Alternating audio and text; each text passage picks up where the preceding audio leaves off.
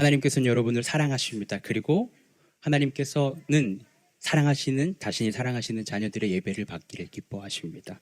그렇기 때문에 오늘도 우리가 한 마음으로 마음을 다하여서 그 하나님을 예배할 수 있는 저와 여러분이 되길 원하는데요. 오늘 말씀을 나누기 앞서서요, 저를 따라서 이렇게 함께 선포해 보시길 원합니다. 나는 돌아갈 곳이 있습니다. 네. 한번 따라해 주세요. 나는 돌아갈 곳이 있습니다. 자, 우리는 돌아갈 곳이 있습니다. 물론 예배 마치시고 돌아갈 곳도 있으시겠지만 예수 그리스도를 믿는 사람은요, 이 땅의 삶을 마치고 돌아갈 곳이 있습니다. 여러분은 그 사실을 믿으십니까? 우리에게는 분명히 돌아갈 곳이 있습니다. 여러분 혹시 여행 좋아하시는 분들 계신가요? 여기서 여행 좋아하시는 분들. 네. 한 분밖에 안 계시나요? 다들 여행은 치가 떨리시나요? 아니죠? 여행 좋아하시는 분들 계시죠? 저는 여행을 참 좋아합니다. 여행을 좋아하는 사람마다 여행의 스타일은 다를 수 있어요. 어떤 사람들은요, 일상에서 멀어지고 쉼을 얻는 여행을 좋아하시는 분들도 계시고, 어떤 분들은 여행을 통해서 새로운 것들을 배우고 접하는 것을 위해서 여행을 가시는 분들도 계십니다. 저는 개인적으로 새로운 것을 보고 접하고 경험하는 것을 좋아하기 때문에 여행을 좋아하는 사람입니다. 요즘은요, 세계 여행을 하는 유튜브 콘텐츠도 많아졌고 유튜버들도 참 많아진 것 같습니다. 지금도 그런지는 모르겠지만 제가 대학생 때 많은 20대 청춘들의 버킷리스트 중 하나가 배낭을 메고 세계를 여행하는 것이었습니다.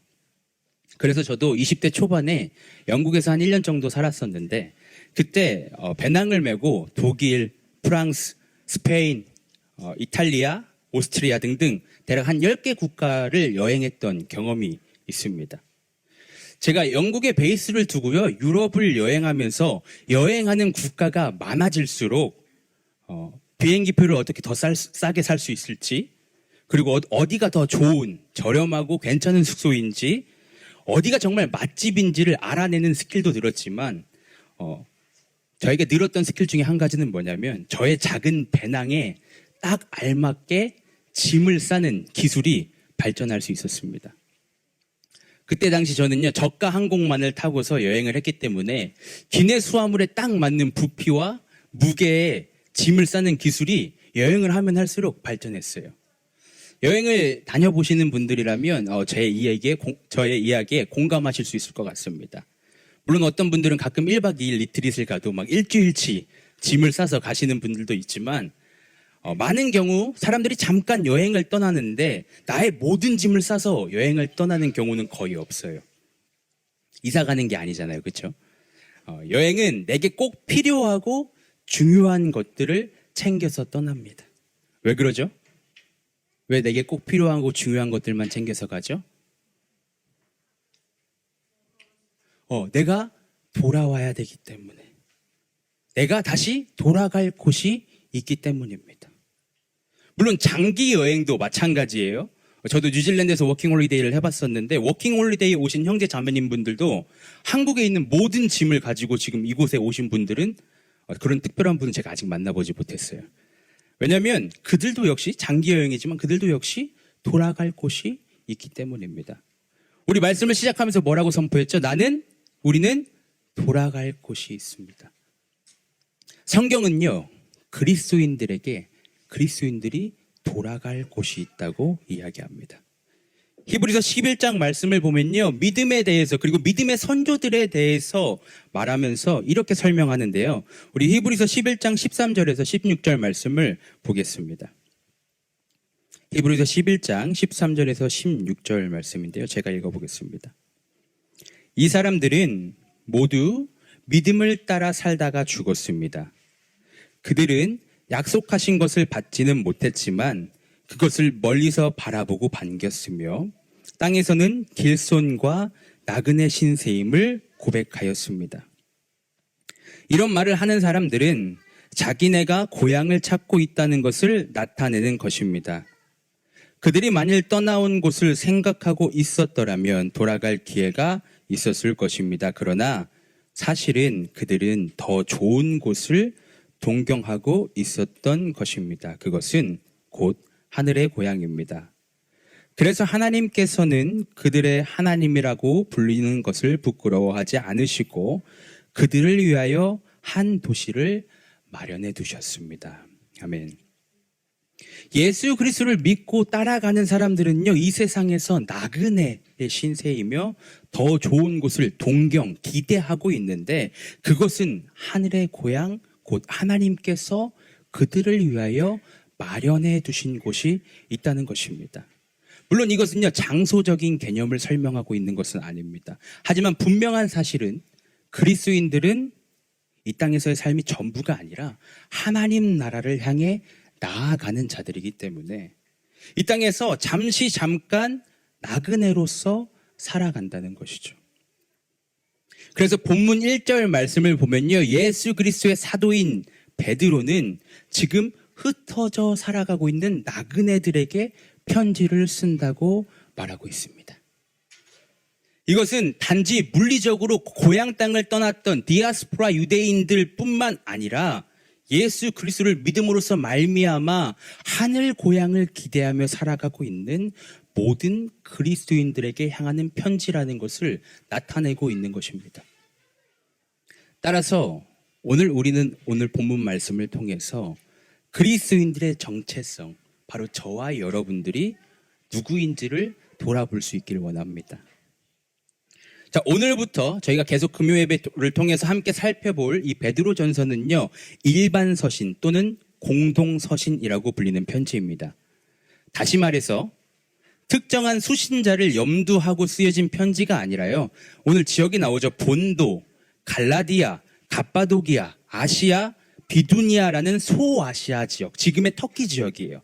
그 지역에 살았던 여러 그리스도인들이 돌려볼 수 있었던 여러 그리스도인들을 향해 보냈던 편지입니다.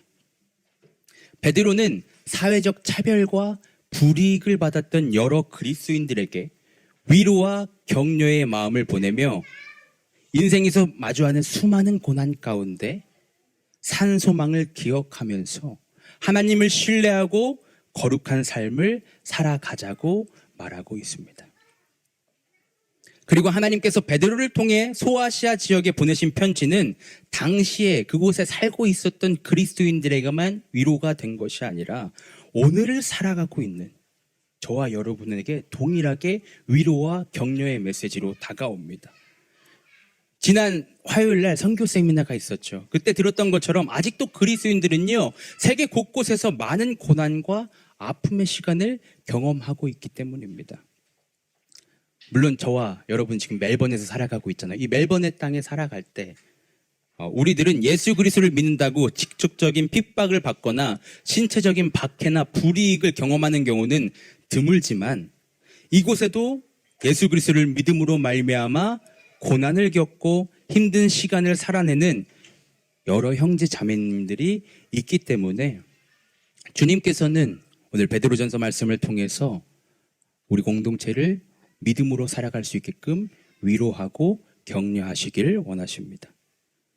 바라기는 오늘부터 시작되는 이 베드로전서 말씀을 통해서 우리의 지치고 상한 영혼과 육체가 회복되고 다시 새 힘을 얻는 은혜의 역사가 시작되기를 주님의 이름으로 축원합니다. 또한 아직 세계 곳곳에서 예수 그리스도를 믿음으로 말미암아 고통과 핍박을 견뎌내는 그 믿음의 형제 자매들을 우리가 기억하고 그들을 위해 함께 기도하며 무엇을 섬길 수 있는지 고민하는 그런 공동체로 성장할 수 있기를 원합니다. 그 시작에, 이 베드로전서 시작에 우리는요, 내가 어떠한 존재인지, 그리스도인들은 과연 어떠한 사람들인지를 그들의 정체성에 대해서, 우리의 정체성에 대해서 생각해 보고자 하는데요. 오늘 함께 읽은 이 베드로전서 1장 1절에서 2절 말씀을 통해서 선포되는 그리스도인의 정체성은 두 가지입니다. 첫 번째는 뭐냐면 나그네로 살아가는 인생이다. 그리스도인 정체성은 나그네로 살아가는 인생이다. 두 번째는 택하심을 입은 인생이다입니다. 그래서 오늘 본문의 오늘 설교의 제목도 택하심을 입은 나그네들인데요. 오늘 선포되는 말씀을 통해 저와 여러분들이 그리스도인으로서 이 땅을 살아갈 때 기억해야 되는 그 정체성에 대해서 깊이 고민하는 그 시작이 될 수 있기를 원합니다. 그리스도인의 정체성 첫 번째가 뭐라고요? 나그네로 살아가는 인생이다. 본문 1절 말씀을 다시 보겠습니다. 본문 1절 말씀에는 이렇게 기록되어 있죠. 예수 그리스도의 사도인 베드로가 본도와 갈라디아와 갑바도기아와 아시아와 비두니아에 흩어져 사는 나그네들인 택하심을 입은 이들에게 이 편지를 씁니다. 베드로가 지금 수신자들을 흩어져서 사는 나그네들이라고 표현하고 있는데요. 여러분은 이 나그네라는 단어를 들으셨을 때 어떠한 생각이 떠오르시나요? 어떻게 느껴지시나요? 나그네라는 표현이. 현대 사회에서는요, 이 나그네라는 말을 자주 사용하고 있지는 않는 것 같아요. 오히려 여행자라는 표현이 더 익숙하죠. 나그네라는 표현은요, 우리가 사극이나 옛날 TV 프로그램을 봤을 때 나오는 표현인데요. 나그네는 제가 경험했던 TV 프로그램을 생각해보면 나그네라는 표현은 대부분 지나가는 이라는 수식어가 붙었던 것이 기억이 납니다. 여러분 혹시 지나가는 나그네입니다만 이런 표현 기억나시나요? 국어사전의 정의를 보면요, 나그네는 자신의 고장을 떠나서 다른 곳에 잠시 머물거나 떠도는 사람들을 일컫는 말이다라고 되어 있습니다. 성경에서 의미하고 있는 나그네도 같은 의미입니다. 본문에서 나그네로 번역되고 있는 헬라어 파레피데모스는요, 자신의 고향을 떠나서 일시적인 거주를 하고 있는 사람을 뜻합니다.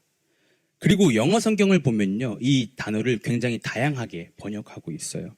그래서 성경마다 이 나그네를 다양하게 번역하고 있는데 exiles, aliens, strangers, foreigners, pilgrims, sojourners라고 다양한 여러 단어들로 이 나그네를 번역합니다. 그중에 저는 개인적으로 이 sojourners라는 단어가 파라피데모스라는 말을 가장 잘 번역하고 있다고 생각합니다. 그렇다면 우리가 생각해 보길 원해요. 왜 베드로는 그리스도인들을 지금 나그네라고 표현하고 있을까요? 왜 베드로는 여러 표현이 있는데 그리스도를 지칭하는 여러 다른 단어들이 있는데 이 나그네라는 단어를 통해서 지금 그리스도인들을 설명하고 있을까요? 그 이유는 아마도 이 나그네들이 갖고 있는 특징 때문일 것인데요. 이러한 나그네들의 특징이라고 할 수 있는 두 가지 모습을 통해서 먼저 이 땅을 나그네로 살아가는 그리스도인들인 저와 여러분이 무엇을 기억해야 되는지, 우리의 정체성 가운데 어떠한 것들을 기억해야 되는지 생각해 보려고 합니다. 첫 번째는 바로 찰나의 전부를 걸 수 없다는 것이죠. 여러분, 나그네는요, 자기가 잠시 머무는 곳에 자신의 모든 것, 자신의 전부를 걸 수 없습니다. 여행을 다니시면서 혹시 여행지의 부동산을 확인하시는 분 계신가요? 여행지마다 가서 내가 부동산 확인하시는 분들. 그런 분들 계실 수 있어요.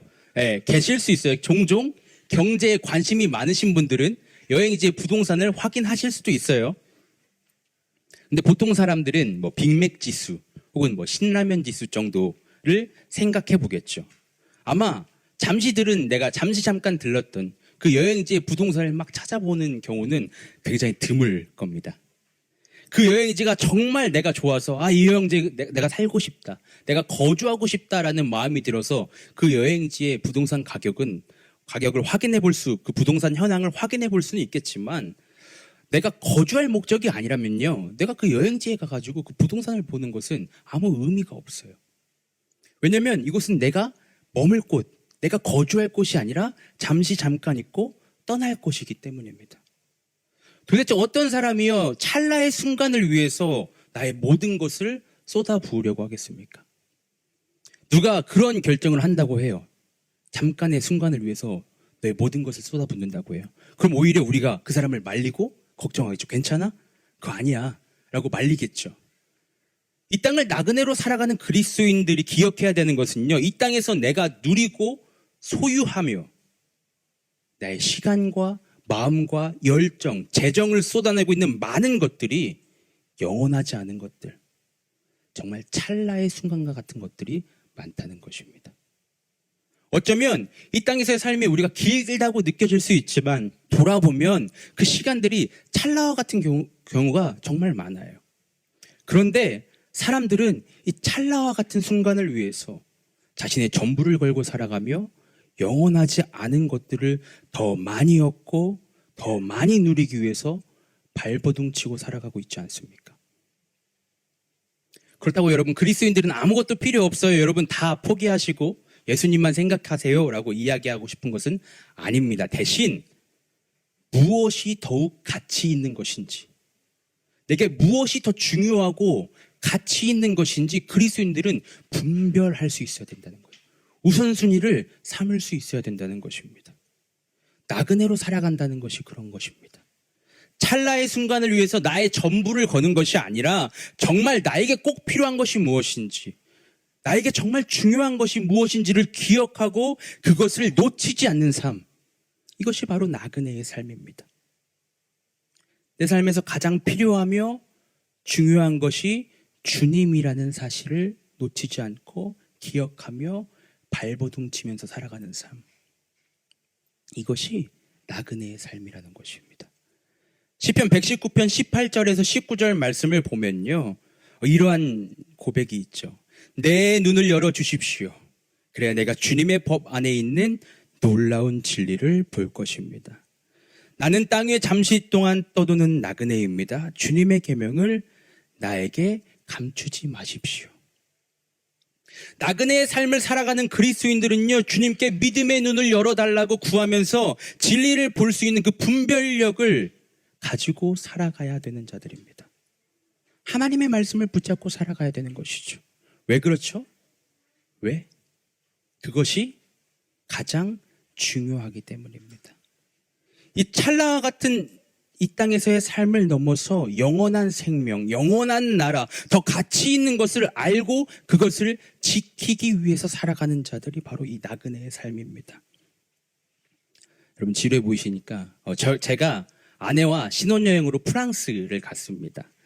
근데 아내가 저 때문에 힘들어했던 것이 몇 가지가 있어요. 근데 그 중에 한 가지는 뭐냐면 제가 지속적으로 아내한테 가방을 잘 챙기라고 말했던 것 때문입니다. 지하철을 타면요, 여보 가방 잘 챙겨. 길을 걷다가도 여보 가방 앞으로 매야 돼. 또 식당에 가도 여보 가방 조심해야 돼. 계속 말했더니 아내가 당연히 힘들었겠죠? 네, 힘들어했습니다. 그런데 제가 왜 그랬을까요? 제가 가방에 집착하는 사람이라서 가방 챙겨 계속 이랬을까요? 왜 그랬을까요? 제가 배낭여행을 하고 유럽을 돌아다닐 때 실제로 소매치기를 많이 받기 때문이에요. 그래서 전에 프랑스 여행할 때 그 집시분들 친절하게 다가오셔서 설문지 해주세요라고 하시는 분들이 다른 사람들 소매치기 하는 걸 제가 봤기 때문이에요. 그래서 그것을 직접 경험했던 저는 계속 신혼여행 기간 동안 아내한테 잔소리처럼 반복적으로 가방 챙겨라, 조심해라, 위험하다 이렇게 말했던 것입니다. 물론 여행을 즐기는 거 그게 중요하죠. 여행을 갔으니까. 그런데 여행을 하면서도 나에게 중요한 것들, 내게 필요한 것들을 지켜내야 됐기 때문입니다.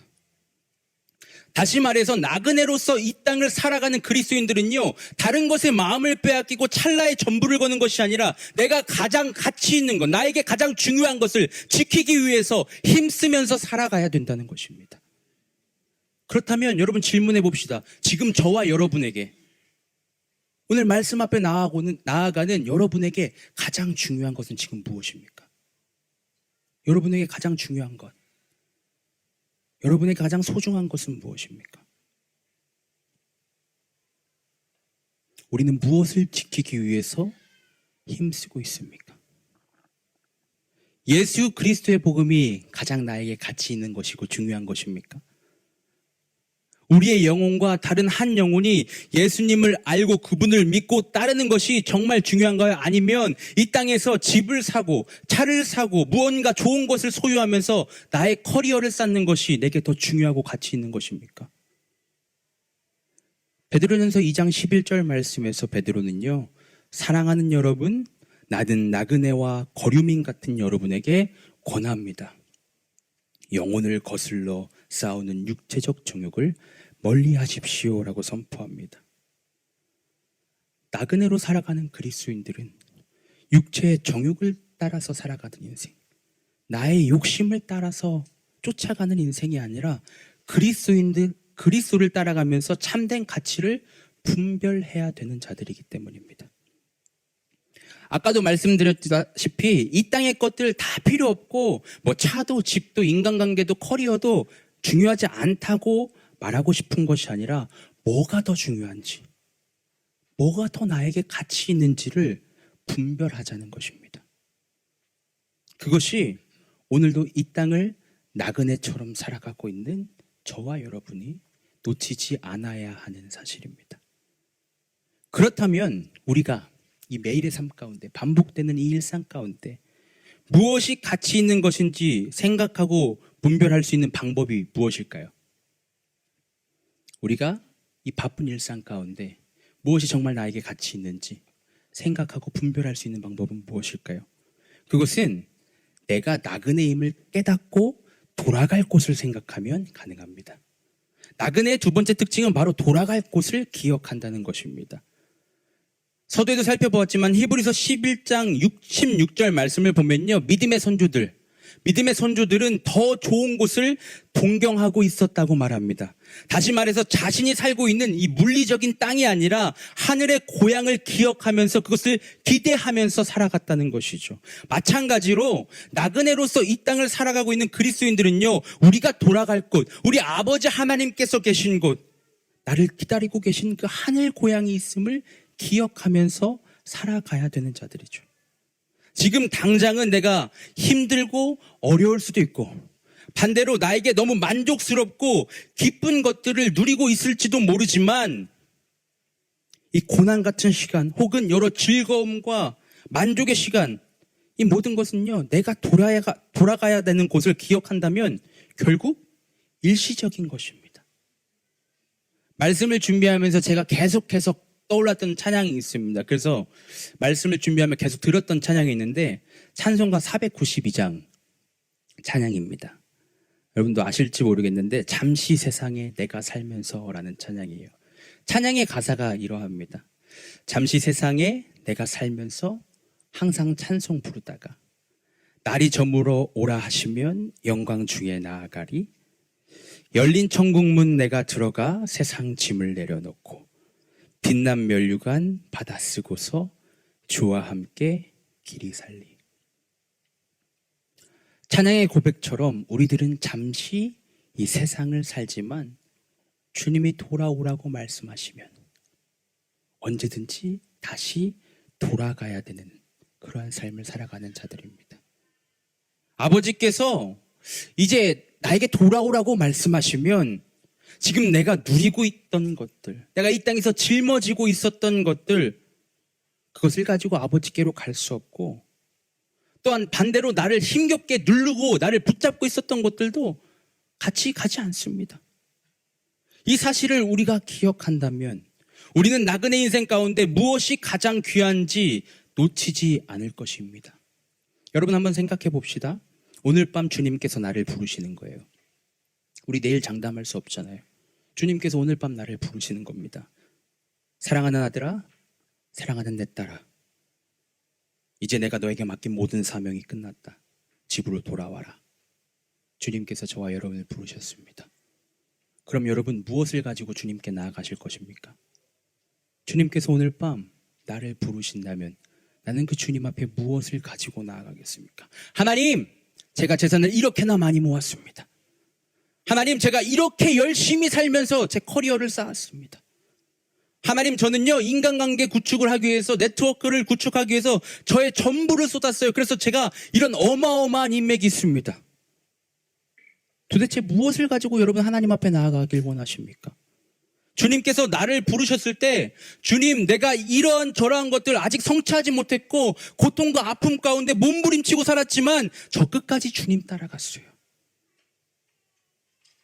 저 그래도 주님 놓지 않았습니다. 아버지 예수 그리스도의 복음이 나에게 가장 가치 있는 것이기 때문에 저는 그 복음 전하다 왔습니다라고 우리가 말할 수 있어야 되지 않겠습니까? 사랑하는 믿음의 형제자매 여러분, 나그네의 삶은요 항상 준비되어 있어야 됩니다. 언제든 떠날 준비를 하고 돌아갈 곳을 기억하면서 살아가는 것, 그것이 바로 나그네의 삶입니다. 지금 한국에 집중호우가 오고 있죠. 뉴스를 찾아보니까 46명의 사망자가 발생했다고 합니다. 관련하여서 최근 실종자를 수색하던 해병대 병사가 물살에 휩쓸려서 실종되었고, 그리고 사망했다는 뉴스를 보았고요. 버스를 타고 가다가 오송 지하차도에서 침수되어서 사망한 20대 여성의 마지막 카톡과 관련된 그런 뉴스들을 제가 보았어요. 카톡 가운데 살려줘, 살려줘, 제발 살려줘 라고 보낸 카톡을 뉴스로 냈더라고요. 그 뉴스를 보는데 참 슬프고 마음이 안타까웠습니다. 누구보다 활기차고 열정적인 그 청년의 시기에 사고를 당한 분들의 소식에 너무 마음이 참담했어요. 아마 제가 여러분들과 많은 청년분들과 함께 신앙생활을 하다 보니까 청년들의 사고가 더 마음이 아팠던 것 같아요.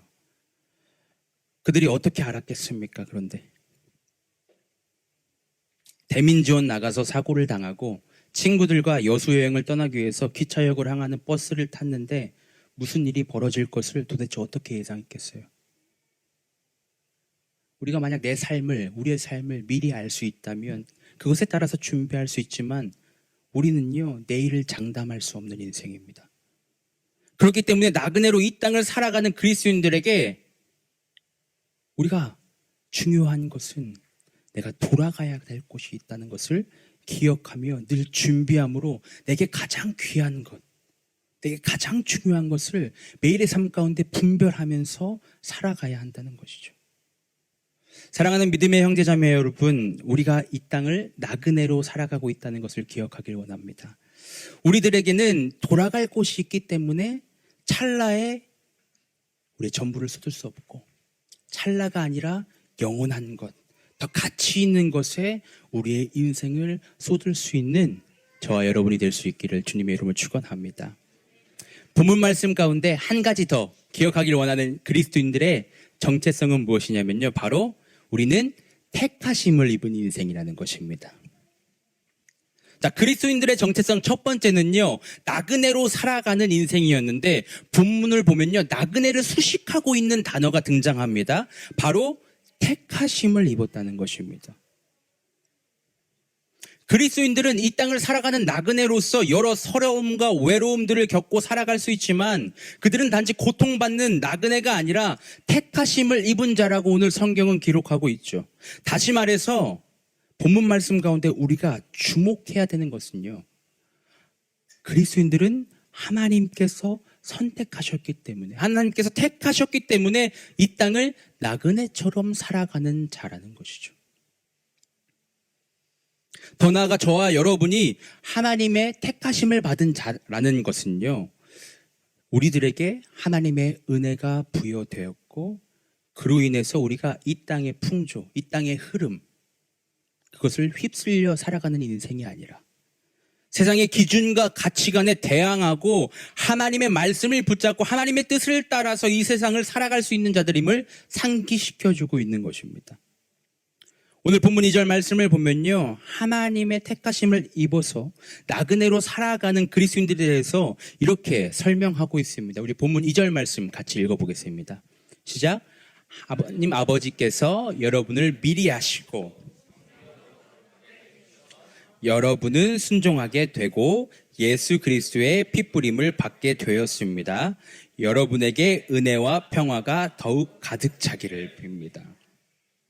자, 본문 말씀 가운데 하나님의 택하심을 입은 나그네들에게는요, 세 가지 수식어가 포함되어 있는 것을 발견할 수 있는데요. 첫 번째, 하나님 아버지께서 미리 아셨다. 두 번째, 성령님이 거룩하게 해주셨다. 세 번째, 순종하게 되고 예수 그리스도의 핏부림을 받게 되었다입니다.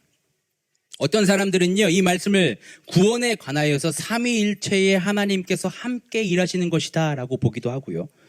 또 하나님이 알고 계신 것, 이 예지의 영역, 이것은 과거적 사건이고 성령님께서 거룩하게 해주시는 것은 현재적 사건이며 예수 그리스도의 핏부림은 계속 우리를 정결케 하시는 미래적 활동이다라고 해석하기도 합니다. 물론 그러한 해석들이 잘못된 것은 아니지만 우리가 본문 가운데 기억하길 원하는 것은 택하심을 입은 인생은 하나님의 약속하심이 있는 자들, 하나님의 언약 가운데 살아가는 자들이라는 것을 함께 주목하길 원하는데요. 자, 먼저 베드로는요, 택하심을 입은 나그네들의 삶에 대해서 하나님께서 미리 아신다라고 말합니다. 그렇다면 하나님께서 미리 아신다는 것, 이것은 무엇을 의미할까요? 하나님께서 미리 알고 계시다. 하나님께서 미리 아신다는 것은요, 세상이 창조되기 전부터 저와 여러분들을 향한 아버지 하나님의 돌보심과 계획이 있다는 것을 뜻합니다. 로마서 11장 2절 말씀을 보면요, 하나님께서는 미리 아신 자기 백성을 버리지 않으셨습니다.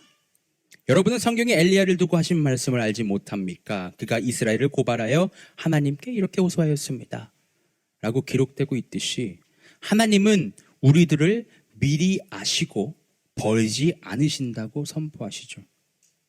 왜냐하면 이 알다라는 단어에는요, 하나님께서 자신의 백성들에게 베푸시는 그 언약적인 사랑이 포함되어 있기 때문입니다. 여러분, 하나님께서 나에게 관심이 있으신 겁니다. 나를 사랑하시고 나에게 언약적으로 은혜와 긍휼을 베풀어 주실 것을 말하는 것이 바로 이 미리 아심입니다. 신학적 용어를 사용한다면 예지, foreknowledge라고 하죠. 그게 바로 하나님께서 미리 아신다라는 것인데, 지금은 예지나 예정에 관한 그 신학적인 해석을 하는 것은 아니기 때문에 우리가 본문 말씀을 통해서 기억하길 원하는 것은, 하나님께서 미리 아셨다는 것, 하나님께서 저와 여러분을 미리 알고 계셨고 미리 아신다는 것은 하나님의 언약적 사랑으로부터 오는 은혜가 우리에게 있다라는 것을 말해주는 것이죠. 두 번째, 성령님께서 거룩하게 해주신다입니다. 오늘 베드로를 통해 선포되는 말씀은요, 택하심을 입고 흩어져 살고 있는 나그네들이 성령의 거룩하게 하는 사역 안에서 살아가고 있다고 이야기합니다. 그런데 이 말씀은요, 그리스도인들이 예수 그리스도의 장성한 분량에 이르는 그 성화의 모습을 설명하기보다는요, 하나님의 택하심을 받은 나그네들이 하나님의 언약 가운데 살아갈 수 있었던 것은 하나님의 미리 아심과 성령님의 도우심이 함께 있었기 때문이다라는 것을 강조하는 말씀이에요. 성령님께서는 그리스도인들을 도와주시기 때문에 언약의 백성으로 살아갈 수 있는 것이다 라고 이야기하는 것이죠. 즉, 하나님의 택하심을 입고 하나님의 언약 아래 살아가는 자들은요, 자신의 능력이 아니라, 우리의 힘이 아니라 성령님의 도우심으로 그 언약 아래서 살아갈 수 있다는 것을 말하는 말씀입니다. 마지막으로 순종과 그리스도인의 피뿌림은요, 출애굽기 24장에서 이스라엘 백성들이 언약의 하나님께 순종을 약속하고 모세가 피를 뿌려 언약을 세우는 모습을 연상하게 떠오르게 합니다. 우리 출애굽기 24장 6절부터 8절 말씀을 함께 읽어보겠습니다. 출애굽기 24장 6절부터 8절 말씀입니다. 시작. 모세는 그의 피의 절반은 그릇에 담아놓고 나머지 절반은 제단에 뿌렸다. 그리고 그가 언약의 책을 들고 백성에게 낭독하니 주님께서 명하신 모든 말씀을 받들어 지키겠다고 말하였다. 모세는 피를 가져다가 백성에게 뿌리며 말하였다. 보십시오, 이것은 주님께서 이 모든 말씀을 따라 당신들에게 세우신 언약의 피입니다. 모세가요, 먼저 희생제물의 피의 절반은요, 제단에 뿌렸고요, 이스라엘 백성들이 하나님의 말씀에 순종하겠다고 순종을 다짐한 후에 다시 모세가요, 피의 절반은요, 백성들에게 뿌려요. 그러면서 언약을 세우는 모습을 이 출애굽기 24장 말씀 6절에서 8절 말씀 가운데 보여주고 있습니다. 따라서 오늘 본문 말씀에서 등장하는 이 택하심을 입은 나그네들이 순종하게 되고 그리스도인들의 피뿌림을 받는 것은요, 하나님과 하나님의 백성들이 언약을 맺고 있는 것을 보여주는 모습이에요.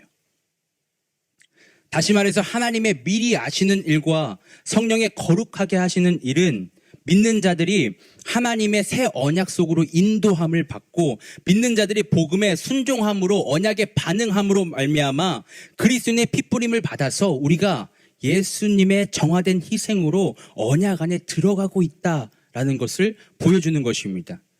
그렇기 때문에 택하심을 입은 인생은 다른 말로 하나님의 언약 가운데 살아가는 인생이다라고 말할 수 있죠. 직장 생활 하시는 분들 한번 생각해 보세요. 우리가 든든한 파트너와 계약만 해도 얼마나 기쁘고 성취감을 누립니까? 나를 지지해 줄 수 있고 나에게 이익이 될 수 있는 파트너와 계약만 해도요, 큰 건 따냈다라고 표현하잖아요. 굉장히 든든한 지지감을 얻습니다. 기쁨과 성취감을 얻습니다. 그런데 만왕의 왕이시고 이 세상을 창조하셨으며 유일한 구원자 되신 그 하나님과 언약을 맺는다는 것. 이것은 말로 할 수 없는 기쁨이자 감사이며 복입니다. 고대 근동사회에서요, 언약과 계약은요, 분명히 구별되었습니다.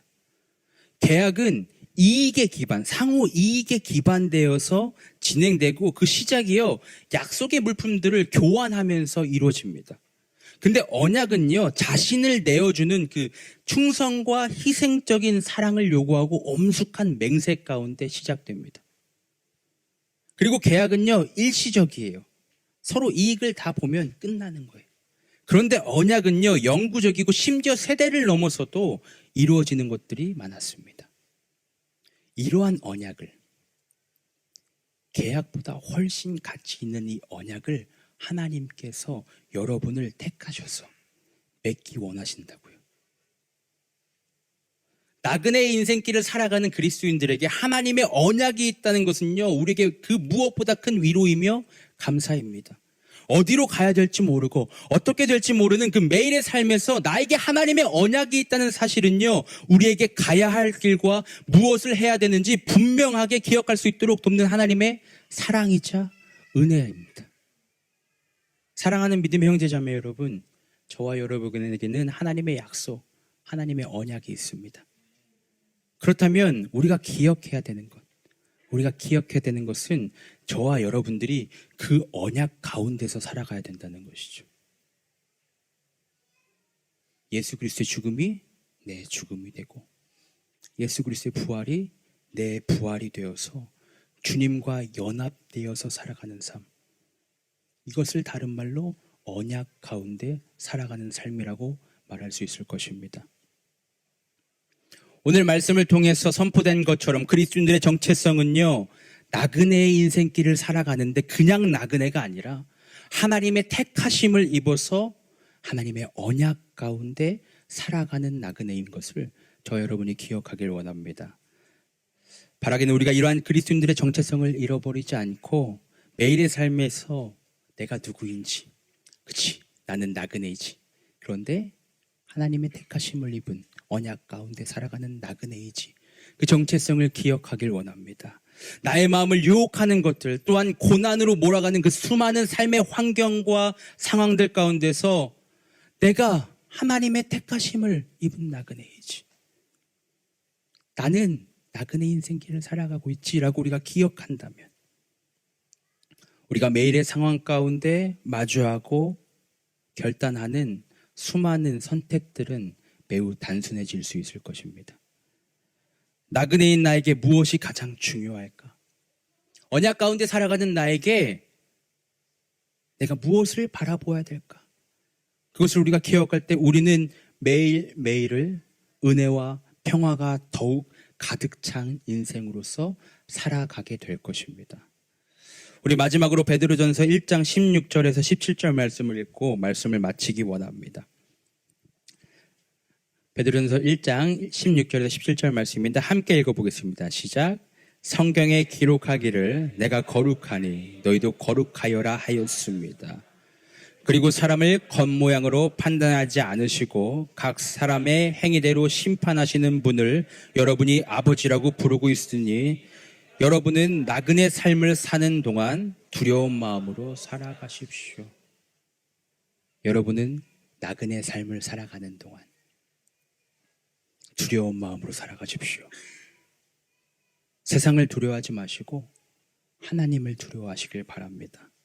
단지 공포감으로 하나님을 떠올리면 벌벌 떠는 것이 아니라, 무서워하는 것이 아니라, 영어 성경을 보면 live in reverent fear라고 써 있어요. 존경하는 두려움이에요. 경외하는 것입니다.